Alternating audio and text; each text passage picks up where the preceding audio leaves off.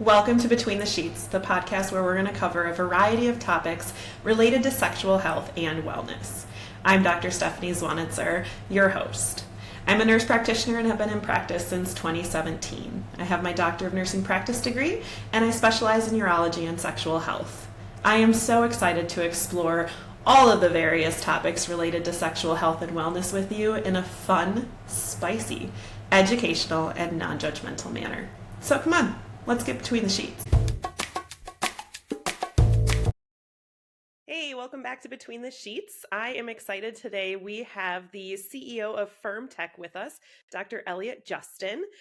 He is going to help us talk through erectile dysfunction and the tools that his company has to help our men with this. So welcome. Great to be here. Yeah, I'm excited. So tell me how FirmTech came to be to start with. You want the deep roots, or The you little want the Cliff Notes version. Okay. I'll skip over. No, so basically, about 3 years ago, a urology professor at the University of Utah challenged me with coming up with a way of counting the number of nocturnal erections that a man has. By background, I'm a emergency medicine physician. I'm also a medical technologist and a specialist in remote patient management technologies. Okay. Very interesting. When he said it to me, I thought, why do we care? I mean, we know about morning wood, but why do we care? We laugh about it, but why do we care about nocturnal erections? Yeah. And he explained to me and showed me research showing that the number of nocturnal erections a man has is a leading indicator that man's cardiovascular health. Well, that's powerful. Yeah, because that would be like a sixth vital sign, and certainly one that's a lot more interesting to men than their blood pressure. Yeah. Or how many. You guys love your penises. We do. Well, it would essentially give us the vital signs of our most vital organ, and as you know, we're only as good as the last two orgasms mentally. Yeah. So but he, like most doctors, is what I call a cock ring virgin. Yeah. I'm fortunate to be married to someone who's into sex toys. And by the way, if anyone of your listeners are considering getting married, that should be an important question to ask. Do you like sex toys? Because I don't think you should marry someone who's not interested in sex toys. Yeah. I'm glad you're admitting that. We should be marriage counselors then. Right. So, a little side hustle. Yeah. So he wasn't thinking about that. And my thought was, well, let's just not count nocturnals. Let's go for all erections. What do men care more about? The ones they have when they're sleeping? I call it the night shift. Yeah. Or the ones or the ones they have while they're having sex. Those are the ones that most concern them. And the way to do that is to embed sensors into a cock ring. Now, the challenge was most cock rings are these O-rings made out of silicone. They pinch, they're uncomfortable, they cut the arterial circulation. Yeah. They made the same stupid way for the last 150 years. I wanted to come up with something that could be comfortable to be worn overnight, but would also be an effective cock ring as a pleasure enhancer during sex. Yeah. And so I was thinking about this and scratching my wife's back, which is kind of actually takes off a bra. I think that's foreplay in a lot of households. What do you think, Stephanie? That is foreplay. Yeah, absolutely. Yeah. I got a back rub last night. Yeah. And why is that? Especially in the summer, because silicone is irritating to the skin. Yeah. Silicone as a material makes you adapt to it. And my wife on her desk had a stress ball and thought, why don't we make cock rings out of stress balls? Yeah. Because it's a softer material. Because elastomers adapt to us rather than making us adapt to them. Okay. And then the other realty, I'll show you what a ring looks like. Hold on. Then the other thought was inspired by. You recognize this feature here? Yes, that's the hook. That's the hook, and women hook bras. Women don't put on bras over their head. Bras are a ring that opens and closes the hook. And I thought, why are we making cock rings out of these things after these stretched and pulled on? Yeah. Why don't we make a cock ring that opens and closes with a hook so it's easy on, easy off, especially for men who are overweight. Many men are. I mean, I'm 70. I'll be 72 next week. I can look down and see my penis. I am wearing pants right now, but thank goodness. Most men my age look down, they see belly. Most men your age look down, they see belly, and these O-rings can be more of a challenge. So our goal was to get data about the vital signs of health of penis, but along the way we solved the cock ring problem and made the cock ring a significant enhancer of men's pleasure. not equivalent to a vibrator, but enhanced for man's pleasure. Yeah, absolutely. I love it. And you guys, thank you for sending me some so that I can show people as well. And I have really liked the technology behind it. And I have told my boyfriend that he will be wearing it so that I can play with the app and see all the information. I But think he's a little nervous about being my guinea pig sometimes, I think, but he plays along very well. So I'm really excited about this. So tell me what are we really looking at when the technology connects Bluetooth to an app and correct. tells men how many nocturnal erections they're getting, the quality of them? What is it telling them? Sure. Well, we're in the Google and Apple stores. We've Okay. documented 57, almost 58,000 erections right now. We Wow. have the world's largest database of men's sexual health. The current recommendations, protocols for the treatment of erectile dysfunction are based on research in the 1990s on Mm-hmm. 350 men. We've Yeah. learned so much more about what's really going on. Uh, and I want to emphasize one thing. The data that we're giving men is objective, it's actionable, but it's also personal. So one of the Mm-hmm. mistakes that we doctors make, for men and for women, Mm-hmm. is we treat everyone as if they're one size fits all. We have a data Yeah. set, and then we treat them the same way. You and I, Stephanie, are obviously different genders, different ages. Yep. But if we went to a doctor with high blood pressure, they would put us on the same pill. If Yep. we went to a doctor and said we were depressed, they put us on the same pill. And that's stupid because Yeah. we're different. So by giving people a smart wearable, men specifically a smart wearable, Mm-hmm. they're getting data that is not drawn from a generalized data set. It's theirs. And men really Yeah. differ in terms of their response to the cock-killing impact of antihypertensives, Mm-hmm. antidepressants, whether they respond to testosterone replacement therapy, whether the PD5 medications that are overprescribed, Viagra, Cialis being the big ones, Mm-hmm. whether they even work for them, or what's the right dose. But getting back to your question, there are two sensors embedded in the tech ring. There's a pressure sensor here, and strain gauge on the hook. The device goes on differently in most cock rings. It doesn't slide down the shaft. Okay. Man drops his balls in Okay. like that. Yep. It wraps around and closes with a hook. Sits like that. It's easy on, easy Okay. off. It can be worn overnight. It can be Yeah. worn during sex. Okay. So what's the data? The data is a measure of how hard a man is, how long Okay. he lasts, and time. We are coming out with version 2.0 in Q3 this year, and Okay. we'll be adding two more sensors, one of which will actually give the girth of a man to a micromillimeter Okay. and a accelerometer. And that'll allow Very cool. the gamification of sex. As in, Yeah. Stephanie, you are an incredibly woman. You are having sex in more positions than any other woman that we're aware of. Guys, or it could be, hey, Elliot, you might be boring your wife. I mean, doggy style, night after night after night after night. But we laugh Yeah. at it, but we can do that. But on the medical side, it's really valuable. It could be, Sure. hey, Stephanie, your boyfriend's having problems.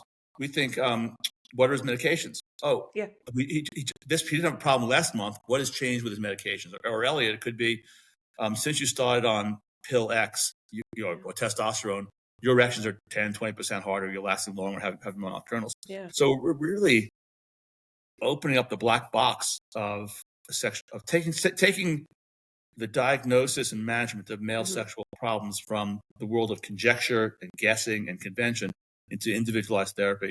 And we're building a similar device for women that will the world's first monitor the clitoral health that will come out with Q1 next year. Wow. I'll have you back to talk about that one because we need that as well. You do, and here it is. Yeah. Oh, very cool. That's exciting. So when guys are wearing this, so nocturnal erections, they really get as hard while they're sleeping as they do during sex? That's a great question because yes, no, Okay. but not every erection. So Okay. the average man starting around age 25. Now teenagers, there are male The teenagers wind are blows. Yeah. you got it, yes, yeah. But the average starting in the late 20s and on, the Mhm. average man has 3+ nocturnal erections per night, maybe 4. Okay. Um, now some nights might have 5, some might have 3. I'm talking about what the average is, Yeah. and usually one, if not 2 of those erections are as hard as a sex erection. Hmm. Personally, I wasn't expecting that, but that's Yeah. what the data shows. So that's the way it is, and that's the great thing about this enormous data set. We're seeing things, 2 really important things that the doctors don't get yet, and they need to be educated. And I'll tell you what they are. Right? Okay. Come on. Yeah. Tell me. So the incidence of erectile dysfunction goes up 10% per decade after age 40. Yeah. So thinking of the doctors was, there's more erectile dysfunction, and also as men get more hypertension, diabetes gets worse, obesity, men have heart attacks, their atherosclerosis gets worse. The number of nocturnal erections will go down. And there's 3 plus or 3. And the firmness of the sex erections would go down. Oh, okay. We're not seeing that. Now, obviously, if a man has a catastrophic health event, he's about, because our device can be predictive of a heart attack. Yes. Among other things. But barring a catastrophic event, which doesn't happen to most people don't have heart attacks. Most people don't have prostate cancer.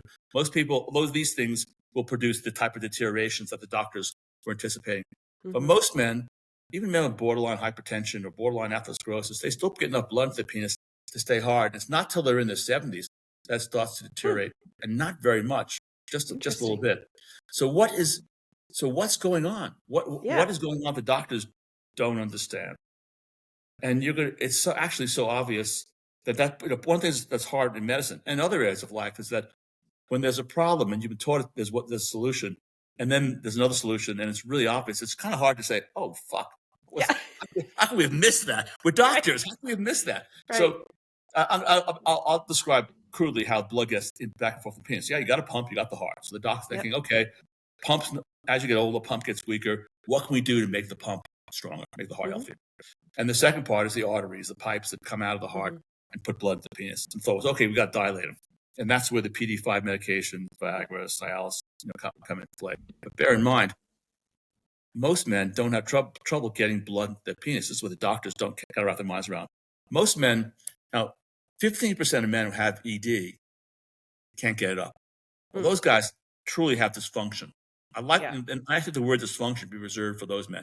If a man has trouble getting it up, the man needs to actually get our technology. He needs to get a tech ring and see whether he has nocturnals or no nocturnals. If that man has 2, 3, 4 nocturnals, and nocturnals that are strong, PD5 medications help a little bit putting blood in. But that man's problem is not getting blood in. On the other hand, if that man had 0, 1, or 2 weak nocturnal erections and he can't get it up, that guy needs a doctor.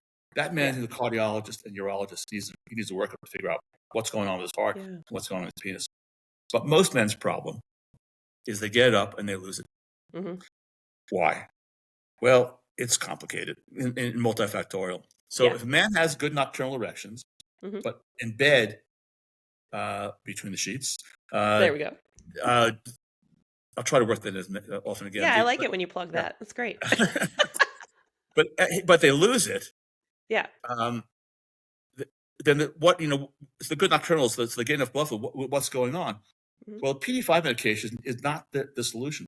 There's something going on the other side of the circulation, which is the venous return to the heart. And the doctors aren't thinking about this. Yeah. So every erection ends in blood leaving the penis. Now, it could leave the penis for lots of reasons. It could leave the penis faster because of medications. It could leave the penis faster because of alcohol. It could leave the penis faster because of drug abuse. It could leave the penis faster because the guy does have his diabetes or hypertension getting worse. But the most common reason why blood leaves the penis is because of the sympathetic nervous system, the fight-flight reaction.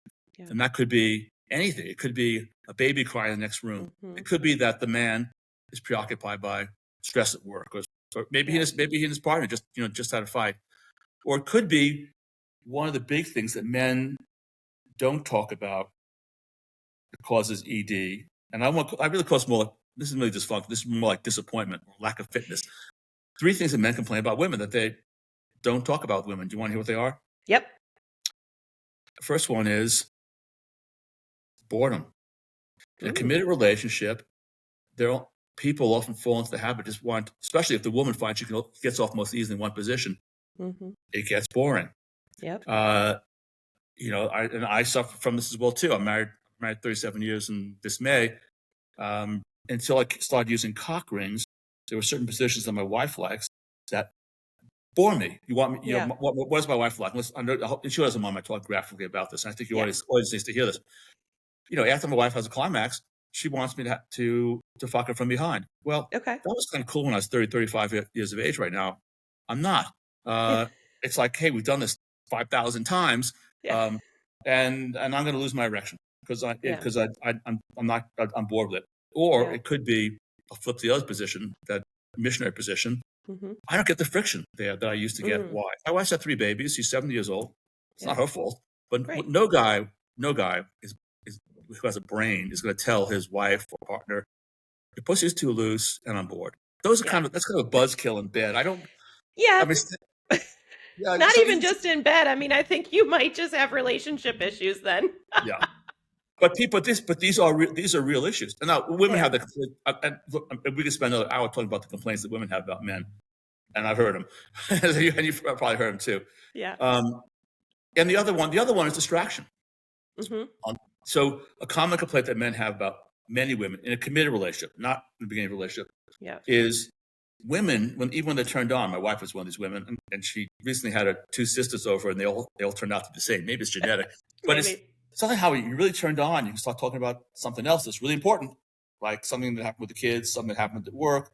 Oh, I didn't tell you that my mother fell down. She has an injury. No, just something else comes to mind. Now, granted, that's better than someone running the laundry list or the shopping list in their head. Right. But and previously, a few years ago, I would have gotten, for me, that would have been a what the fuck moment. You can't keep this thought to yourself. We're so turned on. Cock ring changes all those things. Because if a man can attain an erection and puts a ring on, a comfortable and effective ring, which obviously want to push our ring, it's a maximum performance ring. That's right. I know from speaking to my customers and my patients, I'm going to be hard for 30, 40, 50 minutes with minimal stimulation. Now, that's a game changer. Yeah. Because I don't, there used to be, from my wife and I and many couples that I work with, this sort of rushed orgasm. Oh, we're both turned on. What vibrator? What position? Let's rushed orgasm, if you will. Right. With a cock ring on, it totally changes things because it's relaxed. The man is more confident. That's a game changer. So and the woman's more confident, even the male partner, because I've had gay guys say the same thing too in a long-term relationship. They're more, if you know your partner's not going to stay turned on, total game changer. So I wasn't expecting, I got into this for the data. Yeah. But then discovered along the way that there's actually a mechanical solution. Blood leaves the penis, get an erection, put a ring on it, and enjoy the benefits of that. So because what's a common thing between in a committed relationship that kills, aside from boredom and friction, those issues? It could be alcohol, or it could be, I'm tired. And I experienced in my relationship as well too. I'm tired. She really wants to make love. It's a confidence issue. But I know that, even though I'm tired, if I were at 3 drinks, okay, game on. Because once I get hard, I ain't going to lose it because of the ring. Yeah. Oh, it's fantastic. So, because when I have recommended cock rings previously to learning about your product, they are the tighter bands, and they should really only be worn for about 20-ish minutes. Especially if you're saying, right. Yeah. And I even had a patient who could not get his off because it was so tight, and ended up with bruising and couldn't get erections for several months while everything was healing and stuff. So I love that yours have the hook, first of all, so much easier to get on and off.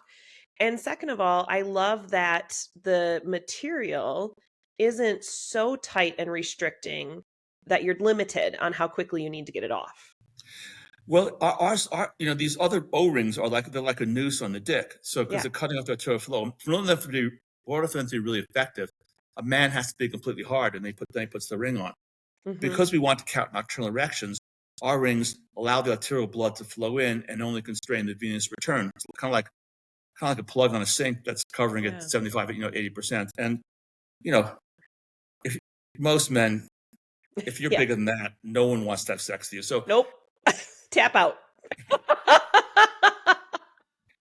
I always laugh when the guys come in and they were like, "Oh, I wish, I'm so sorry you have to examine me. I'm not that big," or whatever. And I'm like, trust me, if you were real big, I wouldn't want anywhere near you, professionally and personally. Yeah. Well, those guys are actually in a sad situation. I'd say, I was thinking about it, but, I open up my schedule 5 hours a week to speak to customers and patients. And I want to know how they're using the material and how we can make it better, how we can make the data I love more that. sensitive. What a great way to stay engaged. And, I'd say once a month I get a guy who's really big. And Yeah. hey, if your girth, erect is more than 6 inches, you're lonely. Yeah. You might have had some fun in high school or college because you're a novelty, Yeah. but afterwards, no woman or man for that matter wants to be in a relationship with a guy who's, you know, Yeah. 6 Oh, inches in girth. absolutely.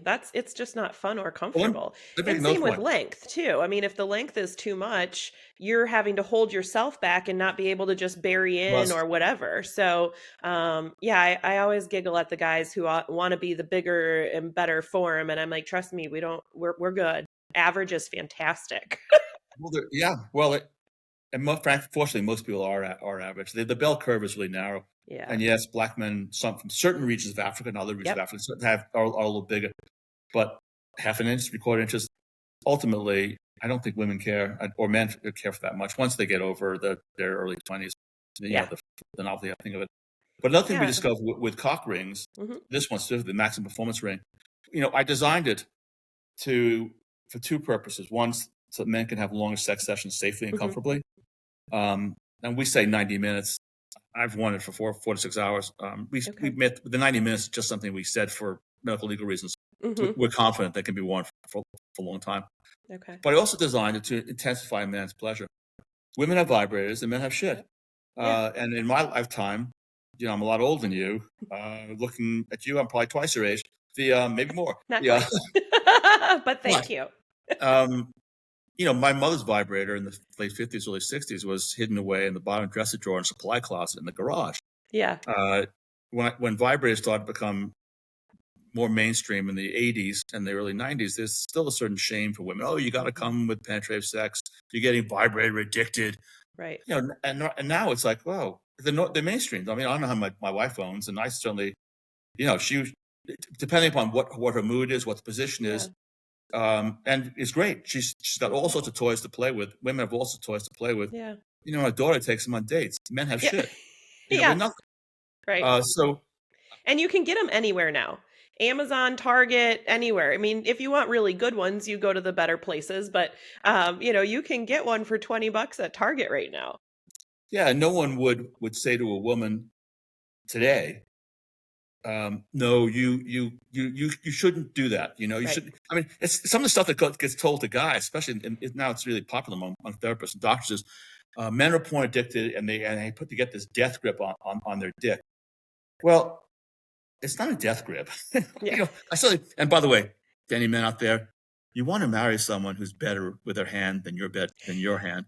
That's another important piece of Little advice. tidbit. But this has a hand has a brain attached to it and can vary in sensation. A vagina doesn't. And to some degree, the emphasis on penetrative sex for men and the de-emphasis for women on penetrative sex is sort of this disconnect. So we're going to encourage women, hey, whatever way you want to come, put that vibrator, dildo, wherever you want, do whatever you want. That's great. And somehow back to men is you got to avoid the death grip. What? Yeah. I was with a group of women. We're talking about this, doctors mostly, and about the death grip and these trainer devices to train men to come to vaginal sex. I said, well, what about, okay, ladies, how about if vibrators only came with low speed? Oh my God. So look, No, thank you. I enjoy penetrative sex, but I know from talking Yeah. to my patients and my customers, and you probably know this as well too, for older couples, and I mean older, I mean the 40s and 50s, penetrative sex is not how they're coming. Right. And it's often that's often actually a cause of ED. And I'm going to tell you about a patient of mine Yeah. from about a month ago. He became a customer, but he was a patient initially. Hmm. Guy's in his 60s. He's probably spent $16,000 on his ED, which he didn't Yeah. really have. I'll explain why in a moment.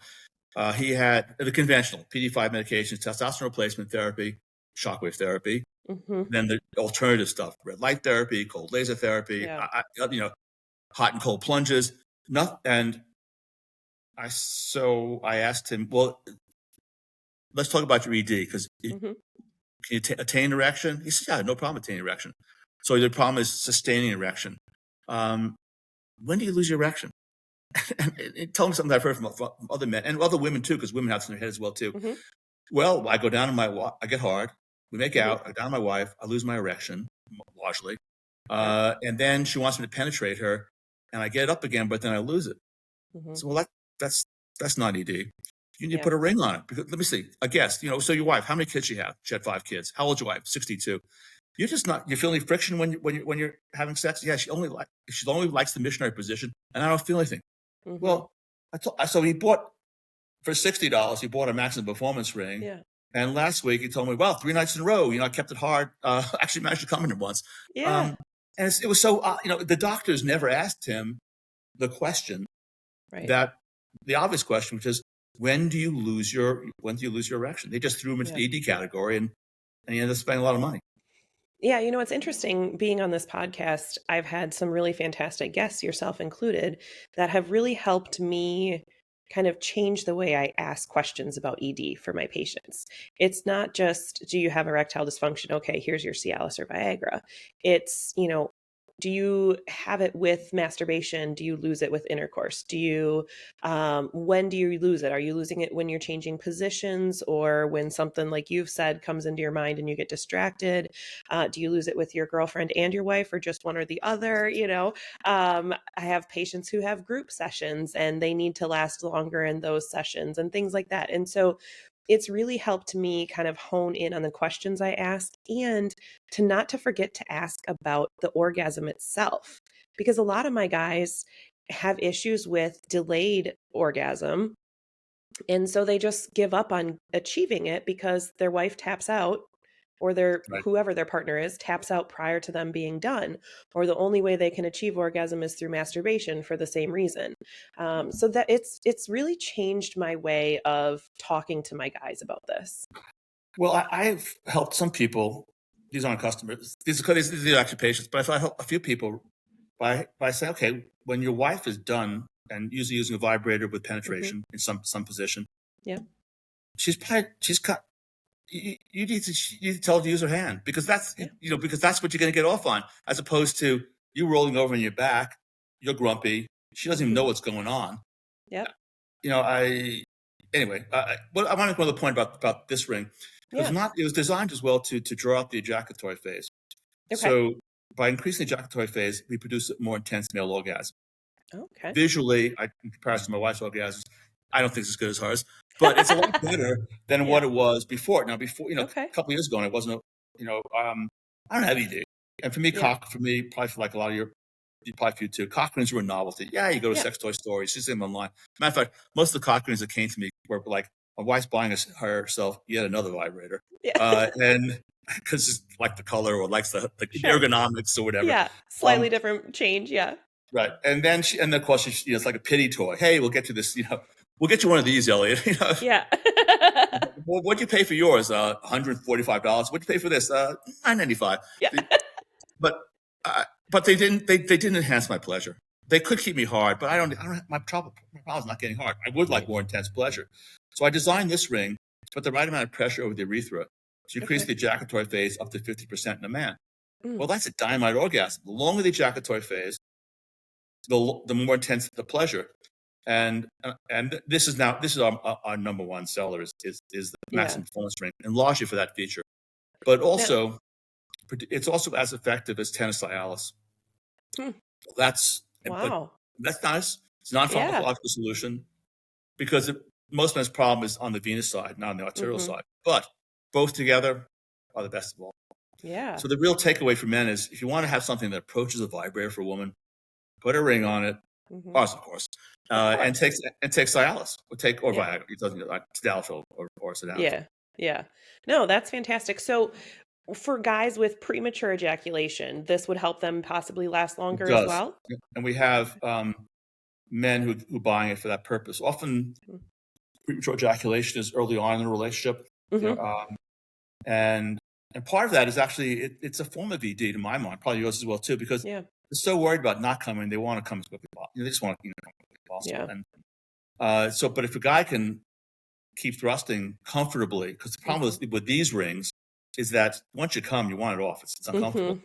This ring is comfortable. You can keep it on 4 or 5 minutes, and say hard 4 or 5 minutes after climaxing. And I'm old, but I've twice in the last year with my wife, come twice with this in an hour and a half. took me That's back. She's amazing. surprised too. But we have Yeah. young guys who are using it in their 30s who see it as a multi-climax tool as well. Very cool. Very cool. So the one that you're showing right now is the one that does not have the technology. There's not technology, So correct? it's cheaper. Yes. So if you need to buy in without, try it before you buy it like too much, this is the cheaper option, but you're not going to get that information to your phone about your nocturnal Correct. erections and the firmness and all of that. And of course, getting back to what you're talking about before with your boyfriend at the beginning of the conversation, should a woman date a man whose erectile fitness score is less than 6 or 6.5? I think the future of this is gamification. The future of this is going to be people's dating apps. I mean, Yeah, the guy might drive a Porsche and make $1 million a year, but you don't want to get involved with someone whose erectile fitness score is less than 6.5. sure. Unless, of course, Yeah. if sex is not important to you, and you want to, that's different. But if sex is important to you, and it's gonna be an issue for that man as well too. I mean, guys who have really deep, guys who can't get it up or lose it quickly, Hmm. they've got major psychological problems. Just the way their female women who have similar problems have problems as well Yeah. too. Yeah. And I think, going back to the start of the discussion with how connected erectile function is with cardiovascular function. I mean, Yes. that took me by surprise when I got into urology because when you're not in it and you're not learning the science behind it, you really just think, oh, he's not turned on enough or he just lost his ability to have erections. You don't really understand how significant of a predictor that is to your cardiovascular health. And it's such a great thing. So I love that the one with the technology, the tech ring has that ability to help us understand better. Because really, other than that, we've had penile Dopplers, which is such a snapshot in the Yeah. penis health. Well, look. Well, one thing I know 2 men who've used our device who got cardiac catheterizations as a result of their data. Wow. Now, was it life saving? No, they probably would survive the eventual heart attack eventually anyway. But our device can, to your point, our device can make problems to the heart or medications overt before they become when they're still covert and Yeah. invisible. Yeah. And that is why I got involved in this. But it's important, I think, for men over the age of 45, 50 to know the vital signs of their sexual health. I think Yeah. that what we're doing will become a standard for care. I mean, we don't go to the doctor for a physical and not get a blood pressure, electrocardiogram, low proteins.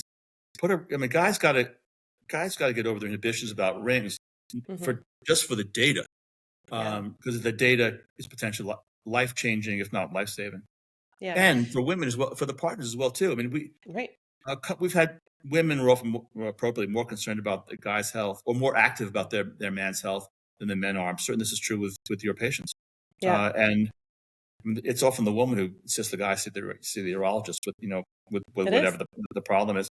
And a doctor in the office, to your point, I mean, I've had one done to me just so I want to see what it would feel like. Well, the guy had really big hands and hair on the back of his knuckles and gloves, and puts that cold jelly on you.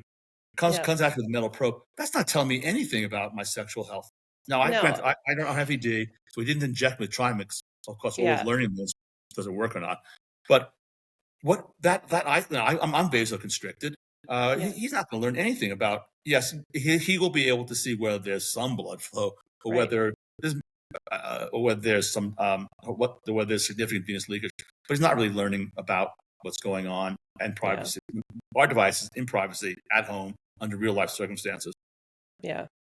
Yeah, I love that about this device. And I think, even the price point on the tech device is still reasonable. Now, are your devices, are they able to be bought with FSA and HSA accounts? Yeah. That's awesome. HSA approved. And because of all the research, we will soon, our government moves slowly. We will have right now we're what's called a 510K waived medical device, which means we can claim that we're a consumer wellness aid. We can't say we're a diagnostic or a diagnostic aid, but we are. Yeah. By the way, I hope the FDA is not listening to me when I said that. Let's put an asterisk by that quote. But so we've applied for full cover. Our lawyers say it'll be Q3. It might be Q4 this year. We'll have it, and then it's another 6 months to get insurance coverage, Medicare, Medicaid, the Blues to pay for it.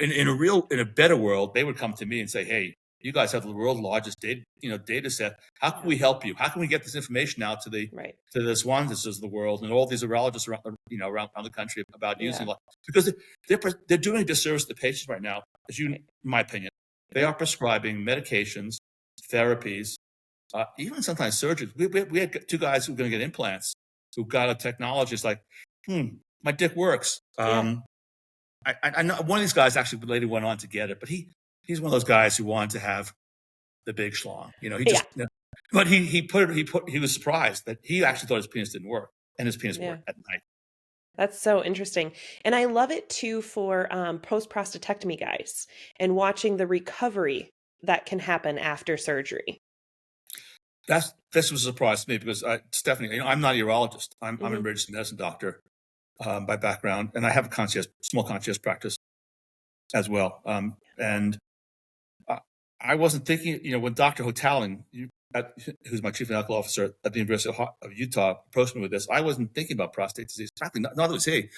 But then men with status post prostate surgeries started buying our device, and they formed a chat room. Okay. And then they contacted me. Like, there were 5 people in the room talking about how valuable this was to them because they could see where they were. And some of these men they had nocturnals, but they're afraid to resume sex, so they thought they might fail. Yeah. Well, it's big when a guy sees it. Well, wait a second, I got 5 nocturnal erections. It's here. It's in my head. I need to do something about this. Or it could be that I stopped taking the therapy because the therapy is not working. You deal with these men. Yeah. I'm 18 months out from the surgery and nothing's happening. Nothing's working. I've been all these. I've been to 5 doctors and no one has an answer. No, and then I got nocturnals. Maybe I should resume pumping. Maybe I should take the Dalafil. Maybe I should, et cetera, et cetera. Yeah, so it's a valuable tool. And there are 2. Dr. John Mulhall, who's the chief head of andrology at Memorial Sloan Kettering, is about to kick off a prostate paper, prospective, prostate paper. And in Spain, Javier Otero, who's the incoming president of the European Society of Sexual Medicine, he's also going to be doing a prostate paper. I think it'll take 2 years, 2-3 years, but this will become a standard for prostate care. Yeah, I think so too, because it's really part of, penile rehab is such a big deal post prostatectomy, and even ADT patients that didn't have their prostate removed but are being stripped of their testosterone for 6 months to 3 years or even longer. If you don't use it, you lose it is true with the penis. And so we need to know where it's at, and we need to help encourage these guys that, hey, it's coming back, or you're getting there. And that to me is so exciting with this because of how many prostate cancer patients I see every day. They also, when they're out about 8 to 14 months, they start getting chubbies. They start getting, a smaller. Well, the ring, and here not the tech ring. We recommend the maximum performance ring, the one that's tighter. The ring will allow them to resume relations. Now they might be a little bit retracted, as you know better than I do. Yep. They might be they're on the, if they have a tech ring, they might be at. They're not at 8 or 9. They're at they might be at a 5 or a 6. But the ring will keep them there and allow them to either masturbate, have oral sex, receive oral sex, or to penetrate a bit and have that intimacy that their partners are craving, physical intimacy. Yeah, absolutely, absolutely. It's such a great thing, and it's just so exciting to me that there's so much progress in sexual medicine innovation, and that we are really making strides to help our patients, continue their sex lives later in life. I mean, we're making progress on menopause and getting women able to keep their libido and things like that. And so they're actually interested in still having sex. And so, keeping the guys able to have sex as well. It's so paramount to our physical health, our mental health, our relationship health. I'm just super excited about the future of sexual medicine. Plus, you can actually, because the data is personal, you can individualize. I mean, you can actually examine some of the big alternative therapies. So shockwave therapy. Well, we have guys buying our device before they spend $1,000 on shockwave therapy because, hey, if you got 3 nocturnals at night, you don't have vasculogenic ED. Yeah. And you're probably not going to, there's no point spending the money. It might have placebo effect. Sure. But it's not going to work. Yeah. Similarly, if at the other end of it, if a guy has 0 nocturnal erections, his vascular disease or whatever's causing his ED is not going to benefit. Yeah. from Too far. there. Yep. And then there's T, which is so popular with men today. So I went to, I won't mention names. Like a lot of doctors, I don't go to doctors to take care of myself. Right. I mean, maybe there's a little bit too arrogance about that, but here I am. I'm 70 years old. I'm in good health. Yeah. But because I'm interested in this field, I went back to an internist and to a community urologist here who has an academic background, because I want to see what other people experience when they go to the doctor. I told them, hey, I told them both, look, I like my sexuality where it is, but I don't want to lose it. Yeah. So I'm interested in taking testosterone. And they both got me on testosterone. And both of them are targeting a number and subjective factors. So one, do you have more energy? Are you sleeping better? Because if they ask about my sex life, I'd say, well, I can have sex every day. So that's not a good question with me. Yeah. Well, even that's subjective, because what kind of sex are you having? And how large is your penis? But do I have more energy? How do you sleep? Well, energy and sleep those are subjective. I mean, Stephanie, if you right now would write me a check for $1 million, I'm going to sleep really well tonight. Yes. And I'm going to wake up tomorrow with a lot of energy. And I suspect the same thing would happen if I wrote you a check for $1 million. Yeah, 100%. So I want to make things objective. I want to look at things that I recognize sex is subjective. Yeah. And I can joke with my wife as well, too. Hey, I might only be able to really struggle to come twice in a day with you. But if the goddess Aphrodite shows up, I'm gone. All bets are off. But that's just, and that's, but I want to make things objective. Yeah. Both these doctors target the number 600, my testosterone. Yep. What's, from my perspective, dumb. Yeah. One thing, they get the quarterly visit, they get the quarterly blood test, they get the quarterly telehealth follow-up. I don't care. Hey, maybe my number should be 1,000, or maybe I'm just as good at 400. So what are my goals with testosterone? I'm not taking testosterone I have many customers are doing it. I'm taking testosterone for my dick. I'm taking it for my muscle. Right. I'm 72 years old soon. I don't want to lose muscle mass. Matter of fact, I'd like to gain a little bit. Yeah. And I was surprised. Just taking testosterone alone and not changing my exercise regimen, my upper body strength increased by 8 to 10%. Wow. And that was impressive. Now, testosterone on the female side, do you prescribe testosterone to women? I don't prescribe it to women. I do prescribe it to men, but I'm learning about the women's side of it. It's just not there. I'm not there yet. It's amazing. Yeah. Well, because I'm on the concierge side. You're probably not on the concierge side. Yeah. We do insurance. So I can, I don't. What are women's concerns about testosterone therapy? Masculinization. Hair, yeah, pimples. Believe me, you don't wake up with a Hitler mustache overnight. These things are dose related. Right. And frankly, if a woman's in her 60s or 70s, facial hair is normal.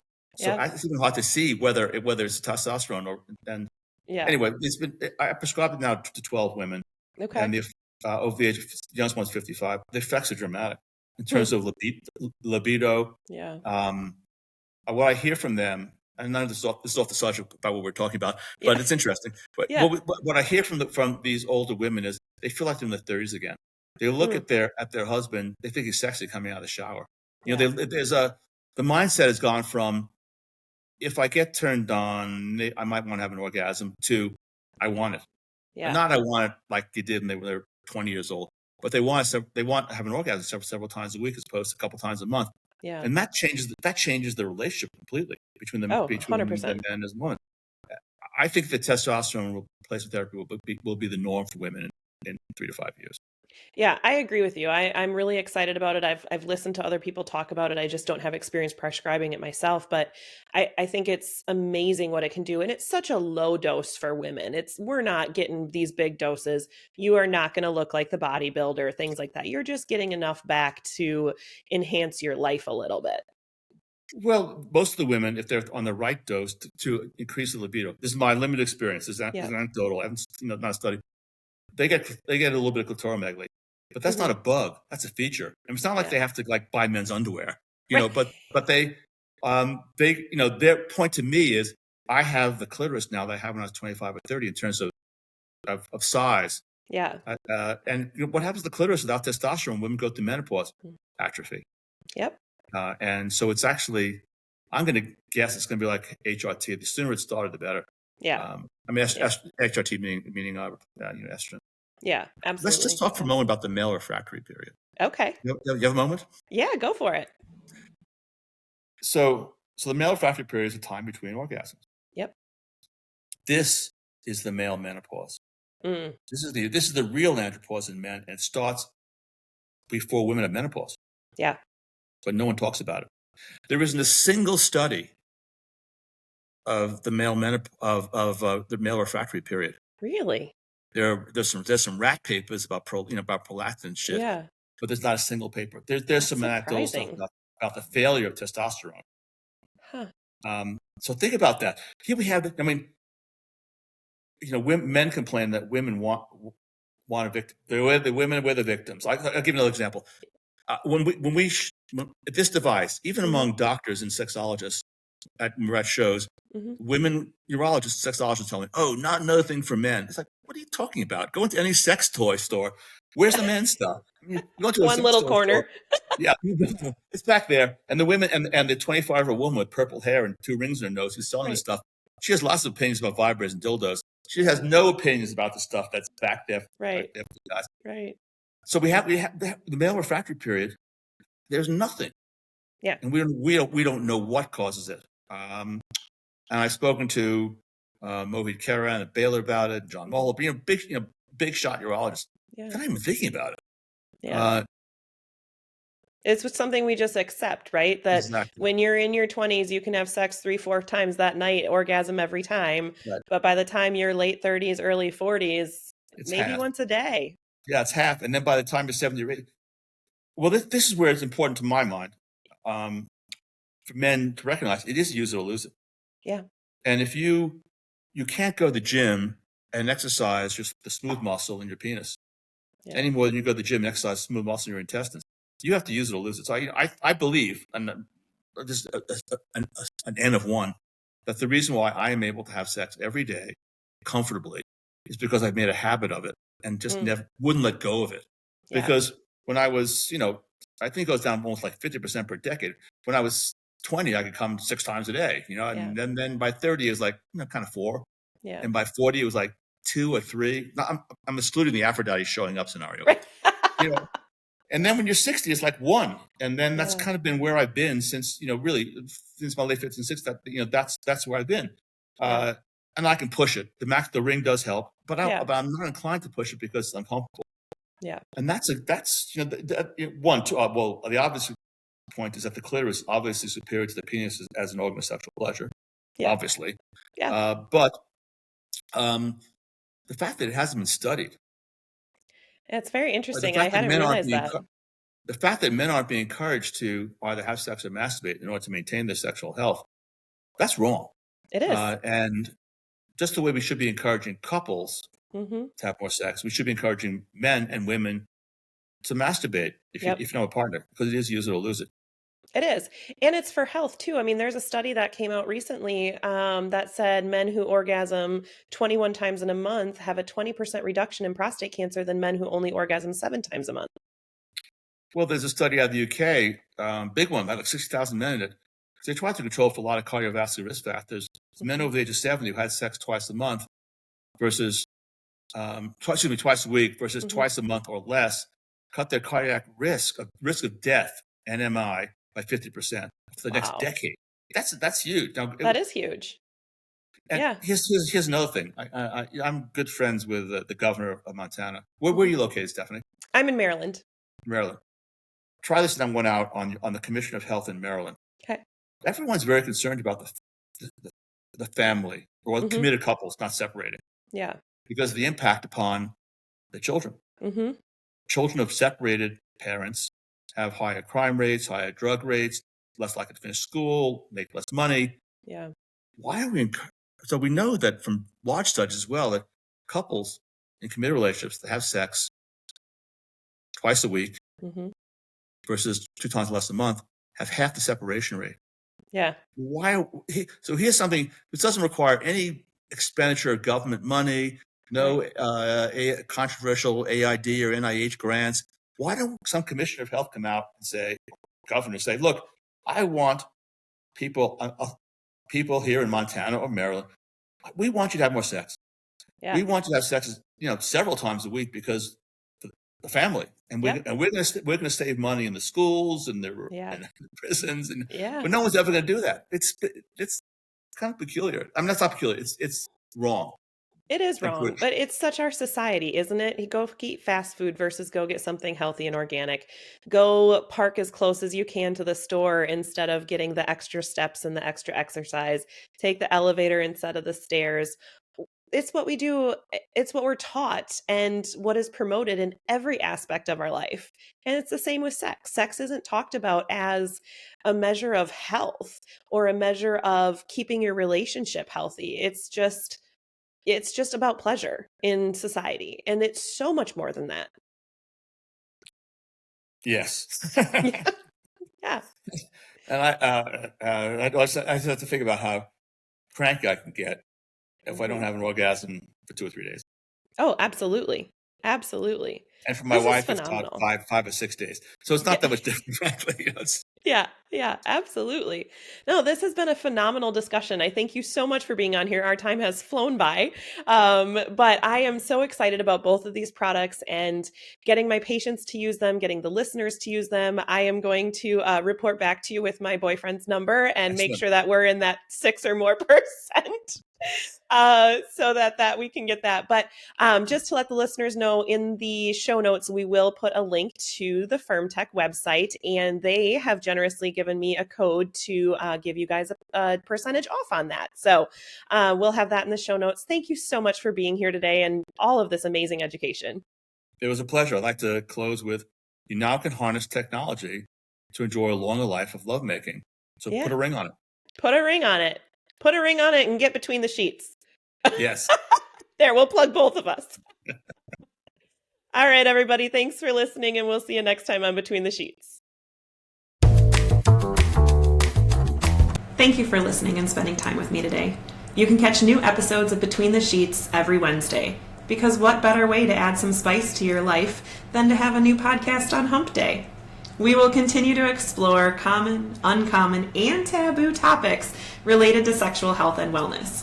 Please send any comments, questions, or stories to podcastbetweenthesheets@gmail.com. That's all one word, podcastbetweenthesheets@gmail.com. Have a great day.